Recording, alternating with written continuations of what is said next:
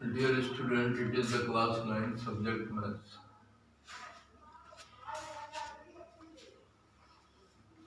Today I will discuss about the exercise 5.1.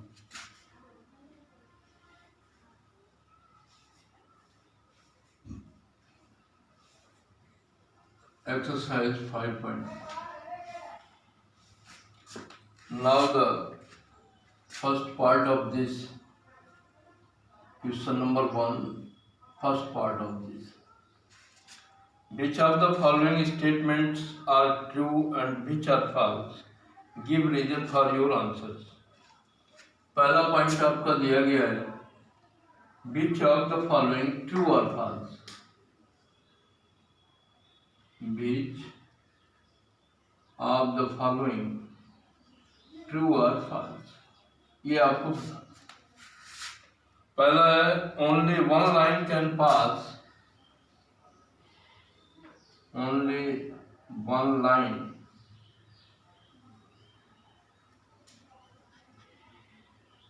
can pass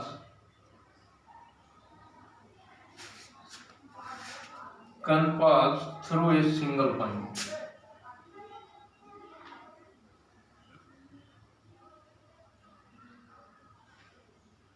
Single point.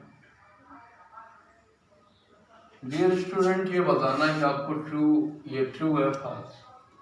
तो just you see only one line can pass through a single point. इसका अर्थ ये हुआ कि single point से, एक बिंदु से, एक पॉइंट से केवल एक लाइन जा सकती है.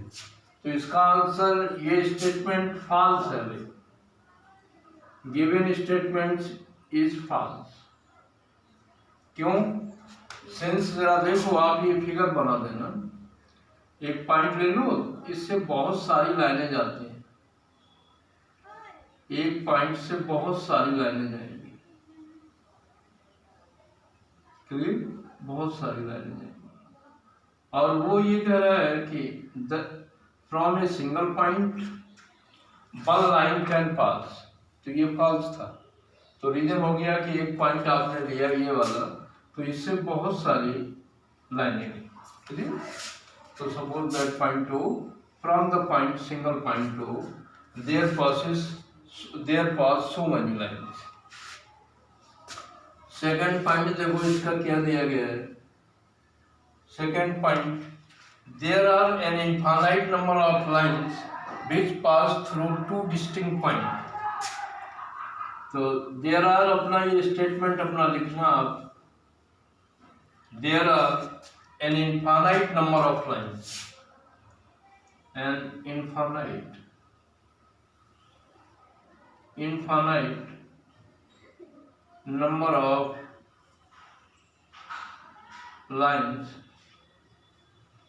number of lines which pass through two distinct points. Which pass through, तो दो पॉइंट आप ले लो.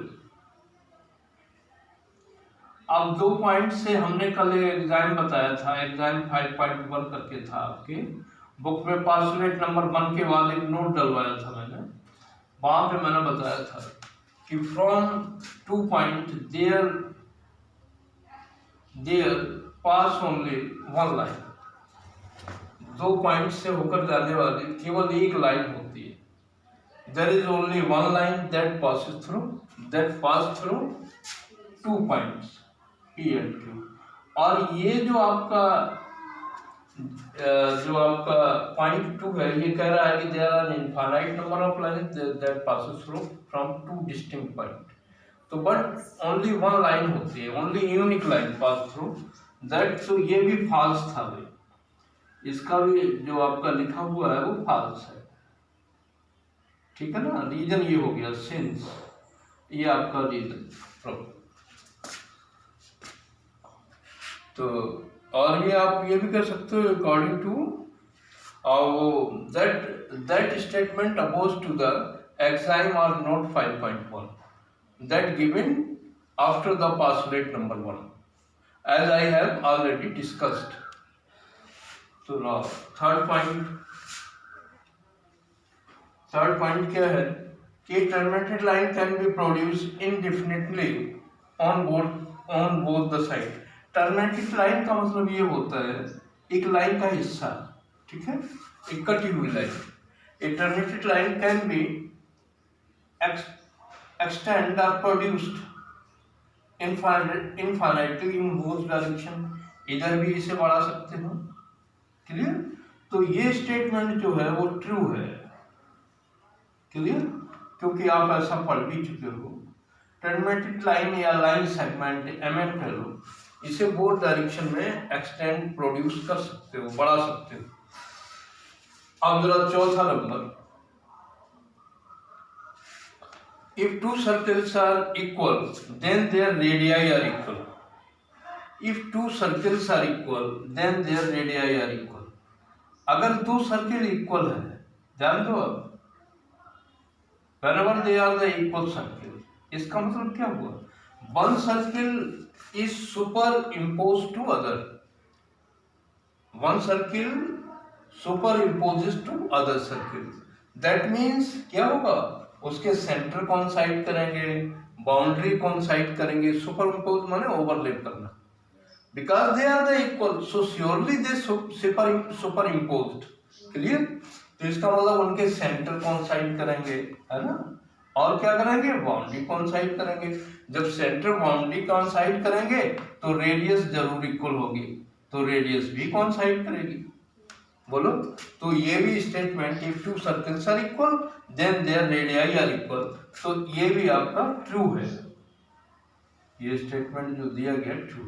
नाउ द फिफ्थ वाला पार्ट, ठीक है ना, because they superimpose each other, ठीक है ना, so their centre coincides, boundary coincide, that means ultimately their radii, their radius coincide. अब जरा ये फिफ्थ वाला पार्ट,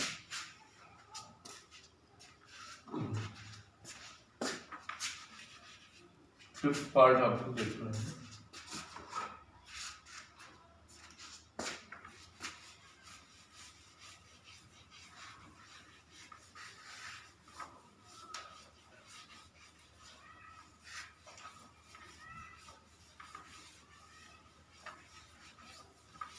देखो जरा फिफ्थ पार्ट,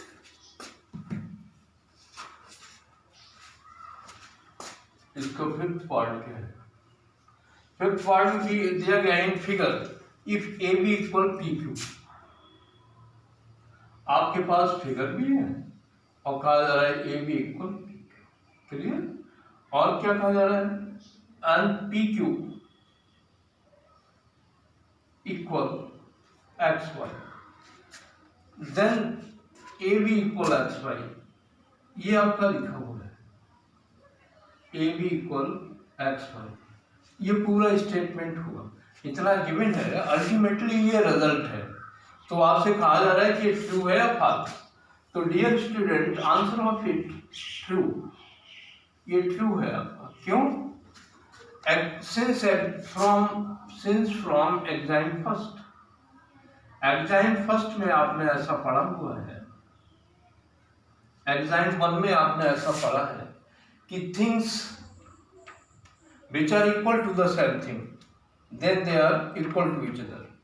यहाँ पे देखो जरा, A B equal P Q, X Y equal P Q, केवल ऑर्डर उसने चेंज किया हुआ है। आप इस बाद वाले को ऐसे भी लिख सकते हो, X Y equal P Q.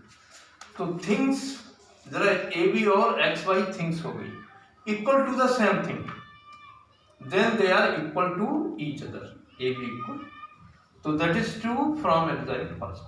In this way, explanation of question number 1 is completed. Dear student, now write the homework. तो होमवर्क में आगे आप प्रश्न ट्राई करके आओगे। Try to solve